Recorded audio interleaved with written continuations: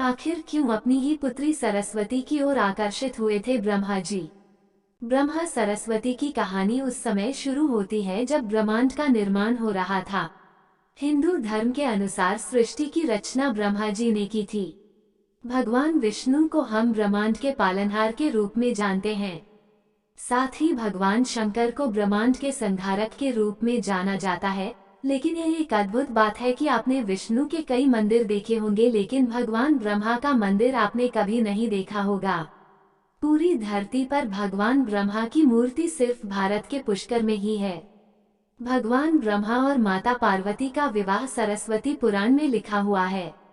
इस प्रसंग के अनुसार जब भगवान ब्रह्मा ब्रह्मांड का निर्माण कर रहे थे, तब ब्रह्मांड के निर्माण को जारी रखने के लिए ज्ञान की आवश्यकता थी। इस वजह से अपने मन से उन्होंने माता सरस्वती का निर्माण किया।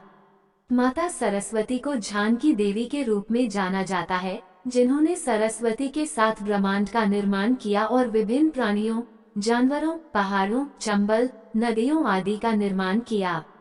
इस निर्माण प्रक्रिया के दौरान ब्रह्मा देवी सरस्वती के रूप से आकर्षित हो गए। माता सरस्वती ज्ञान की देवी होने के साथ साथ सरस्वती रूप में भी अत्यंत आकर्षक थीं। इस वजह से जब भगवान ब्रह्मा सरस्वती की ओर आकर्षित हुए तो देवलोक में उनकी काफी निंदा की गई। हालांकि इन सब के बावजूद ब्रह्मा ने सरस्वती से विवाह किया और करीब 100 साल तक धरती पर जंगल में निवास किया। ब्रह्मा जब सरस्वती के साथ पृथ्वी पर निवास कर रहे थे, तब उन दोनों के जरिए मनु नाम के पुत्र का जन्म हुआ। बाद में मनु की संतान ही मानव जाति के उत्कर्ष का कारण बनी। ब्रह्मा जी के इस व्यवहार के कारण देवलोक ने उनकी पूजा न करने का निर्णय लिया। सरस्वती ने ब्रह्मा को क्यों दिया था श्राप? सरस्वती पुराण में बताया गया है कि भगवान ब्रह्मा ने अपने मन से सरस्वती की रचना की थी और वह मां सरस्वती की सुंदरता पर मोहित हो गए थे। जब मां सरस्वती को ये बात समझ आई तो भगवान की नजरों से बचने के लिए उन्होंने धरती पर अपना रूप बदल लिया। लेकिन ब्रह्मा ने हार नहीं मानी और माता सरस्वती को खोज निकाला। भगवान ब्रह्मा माता सरस्वती के साथ रहना चाहते थे, लेकिन माता सरस्वती इसके लिए तैयार नहीं थीं। सरस्वती ने ब्रह्मा को श्राप दिया कि पृथ्वी का निर्माण करने के बावजूद भी आपकी पूजा धरती पर कभी नहीं की जाएगी। ब्रह्मा का सरस्वती से क्या संबंध है? ब्रह्मा और सरस्वती दोनों ही बहुत महत्वपूर्ण देवी देवता हैं। इनसे जुड़ी कोई भी जानकारी पर भरोसा करने से पहले आपको पुराण पढ़ना चाहिए। सबसे पहले हम आपको बता दें कि हिंदू धर्म के बारे में सारी जानकारी वेद में दी गई है। तो सवाल यह है कि ब्रह्मा और सरस्वती के बीच क्या संबंध है? इसके लिए आपको ये समझना होगा कि ब्रह्मा ने सृष्टि की रचना की है। यानी जब ब्रह्मा जी ने सृष्टि की रचना शुरू की तो इसमें विष्णु और महेश के अलावा कुछ भी अस्तित्व में नहीं था। ऐसे में अगर उन्हें सृष्टि चलानी होगी तो इसके लिए किसी भी पुरुष और स्त्री की जरूरत होगी, तो उन्हें अपने मन से ही उसकी रचना करनी होगी। इसी वजह से ब्रह्मा जी ने मां सरस्वती, नारद, मनु, जामवंत, सनक, सनंदन, सनातन, सनत कुमार, भृगु एवं अत्रि का जन्म अपने मन से किया और पृथ्वी पर आगे संचालित करने के लिए धरती पर भेजा। इस धरती पर ज्ञान का संतुलन बनाए रखने के लिए उन्होंने मां सरस्वती को अपने साथ रखा और साथ रहने वाली स्त्री को पत्नी का दर्जा दे दिया गया। सरस्वती ब्रह्मा की पत्नी है या पुत्री? यदि सृष्टि में मौजूद हर चीज की रचना भगवान ब्रह्मा ने की है, तो पत्नी हो या पुत्री, दोनों की ही रचना भगवान ब्रह्मा के ही द्वारा संभव थी। भगवान को अगर किसी से विवाह करना था तो उसके लिए भी उन्हें किसी का निर्माण अपने मन से करना पड़ता और उनके मन से उत्पन्न होने के कारण उनका रिश्ता बेटी की तरह भी लगाया जाता। हालांकि सृष्टि के निर्माण के बाद अलग अलग घटनाओं के कारण ब्रह्मा ने 5 विवाह किए थे।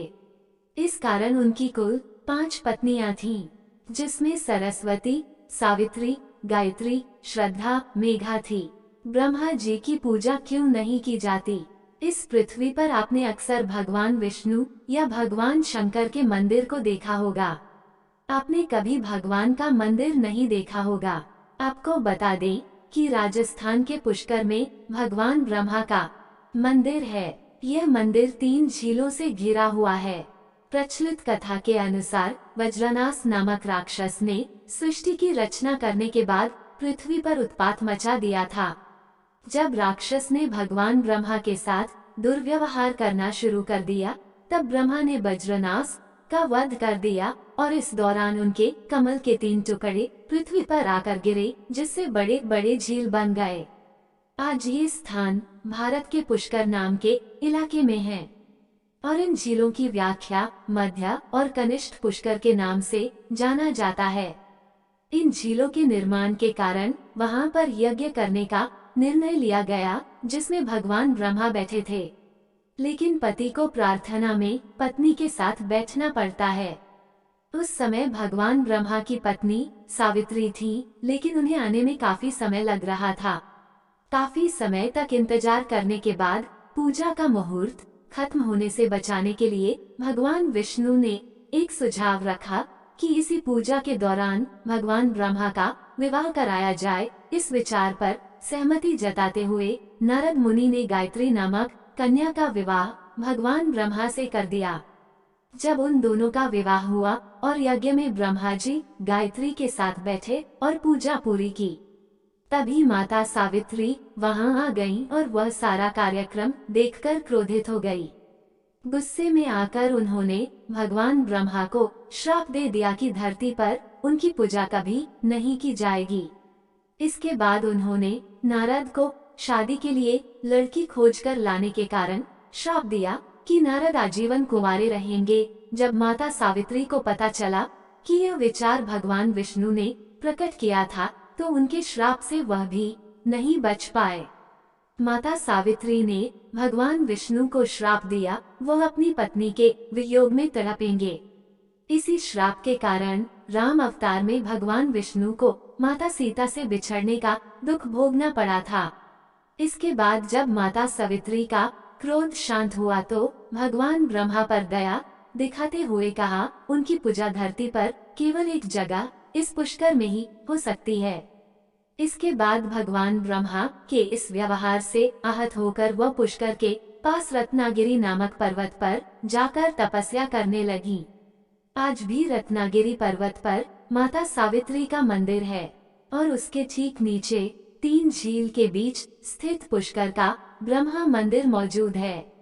इतिहासकारों के अनुसार भगवान ब्रह्मा की इस मूर्ति को आचार्य शंकराचार्य ने संस्थान 711 में स्थापित की गई थी। उससे पहले यहाँ बिना मूर्ति की पूजा होती थी। दोस्तों, आपको ये कहानी कैसी लगी कृपया कमेंट करके जरूर बताएं और एक लाइक और ऐसे ही कई कहानियाँ सुनने के लिए चैनल को सब्सक्राइब जरूर करें। धन्यवाद।